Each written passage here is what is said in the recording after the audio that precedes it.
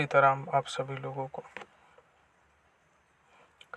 आज हम चर्चा करने जा रहे हैं महालक्ष्मी के ऊपर। हमें जो भी ज्ञान है उसके माध्यम से हम आप सभी लोगों को महालक्ष्मी के बारे में बताने जा रहे हैं। अगर हमसे किसी भी तरीके की भूल चूक या त्रुटि होती है तो आप उसे क्षमा करें। चलिए हम आपको बताते हैं माता लक्ष्मी के बारे में।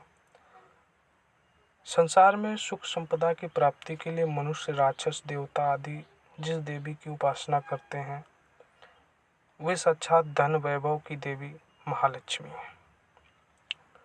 महालक्ष्मी जहाँ दरिद्रों के दुख दूर करती हैं, वहीं अपने भक्तों को इच्छा अनुसार वर प्रदान करने में और इच्छा अनुसार वर प्रदान करके उन्हें धन वैभव से अनुग्रहित करती हैं। महालक्ष्मी की कृपा जिस व्यक्ति पर हो जाए उसके सभी दुख समाप्त हो जाते हैं और जिससे वे रुष्ट हो जाए उसके वैभव और संपन्नता पल भर में समाप्त कर देती है। आज की इस चर्चा में हम आप सभी को माता महालक्ष्मी की कृपा कैसे प्राप्त करें इसके बारे में भी बताएंगे।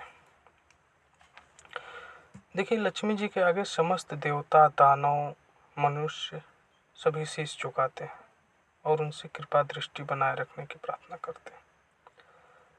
भूखों को अन्न प्रदान करने वाली, दरिद्रों की दरिद्रता दूर करने वाली और संसार में विषय भोगों को प्रदान करने वाली माता लक्ष्मी की महिमा संपूर्ण जगत में फैली हुई है। लक्ष्मी जी की उत्पत्ति की कथा बड़ी रोचक है। हम आपको इसके बारे में थोड़ा सा बताते हैं। एक बार महर्षि दुर्वासा भ्रमण करते हुए एक सुंदर वन में पहुंचते हैं। वहां एक सुंदर कन्या ने उन्हें दिव्य पुष्पों की एक माला भेंट की। उस माला को महर्षि ने प्रेम पूर्वक ग्रहण किया और भ्रमण करते हुए आगे चल पड़े। एक स्थान पे महर्षि दुर्वासा को देवराज इंद्र दिखाई करते। वे अन्य देवताओं के साथ हाथी पर सवार होकर उसी ओर आ रहे थे। जब इंद्र ने आदर से सर झुकाकर महर्षि को प्रणाम किया तो उन्होंने प्रसन्न होकर वह माला इंद्र को दे दी। इंद्र ने वह माला अपने हाथी को पहना दी। हाथी ने पुष्पों को मधुर सुगंध से आकर्षित होकर माला को कुछ देर सूंघा और फिर उसे अपने पैरों तले रौंद दिया। अब अपनी माला की यह दुर्दशा देखकर महर्षि दुर्वासा क्रोधित हुआ। क्रोध में उन्होंने इंद्र को श्राप देते हुए कहा, हे इंद्र, जिस प्रकार तूने मेरी दी हुई दिव्य माला को मतवाले हाथी के पैरों तले कुचल जाने दिया, ठीक उसी प्रकार तेरा दिव्य तेज दैत्यों के आगे नष्ट हो जाएगा। मैं तुझे श्राप देता कि तू श्रीहीन हो जाए, तेरा राजपाट छिन जाए और तू बन बन छिपता फिरे। यह कहकर महर्षि दुर्वासा वहां से चले गए।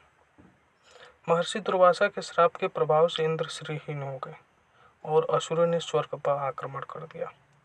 इस युद्ध में देवताओं की पराजय हुई। असुर देवताओं को खोज खोज कर मारने लगे। राक्षसों के भय से देवगण यहाँ वहां छिपते फिर रहे थे। चारों ओर अधर्म का राज स्थापित हो गया था। इस स्थिति में उबरने के लिए इंद्र आदि देवताओं ने विचार विमर्श किया तथा ब्रह्मा जी की शरण में पहुंच गए और वहां जाकर बोलते हैं, हे परमपिता ब्रह्मा जी, हमारी रक्षा करें। दैत्यों ने स्वर्ग पर आक्रमण करके अपना राज स्थापित कर लिया है। वे देवताओं पर अत्याचार कर रहे हैं। हमें इस संकट से उबारें।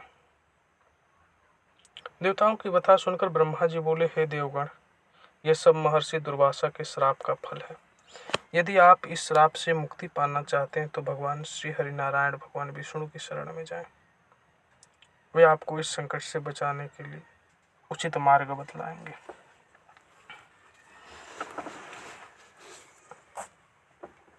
ब्रह्मा जी के परामर्श के अनुसार सभी देवता विष्णु के दरबार में पहुंचते हैं। विष्णु जी ने ध्यानपूर्वक देवताओं की बात सुनी और बोले, हे देवगण, इस समस्या से छुटकारा पाने के लिए आपको नीति से कार्य लेना होगा। आपको अपना मान अपमान भूलकर शत्रु से भी मेल करना होगा।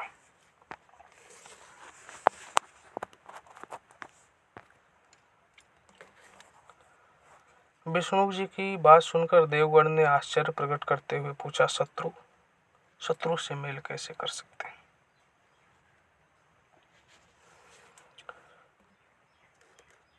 देखिए, आगे की जानकारी हम जो भी चर्चा है वो दूसरे आगे की कहानी और कथा हम आपको दूसरे भाग में बताएंगे। आप हमारे द्वारा दी गई सभी कथा को, चर्चा को अपने और अपने परिवारजन के साथ में सुने। अब हमारे द्वारा जो भी विषय चर्चा होगी वो यहीं पे डाल दी जाएगी, जिससे आप चाहे जहाँ रहें, जब भी रहें, जैसे रहें। ऑडियो कॉल में सभी लोग नहीं जुड़ पाते थे, समय आदि की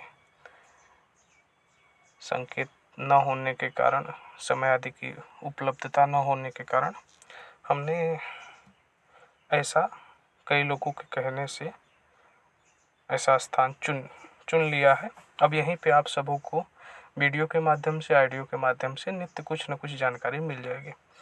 माता महालक्ष्मी के बारे में जो भी जानकारी अभी आपको हम दे रहे थे, जो भी कथा हम आपको सुना रहे थे, ये कथा अगले भाग में हम आप लोगों को सुना देंगे।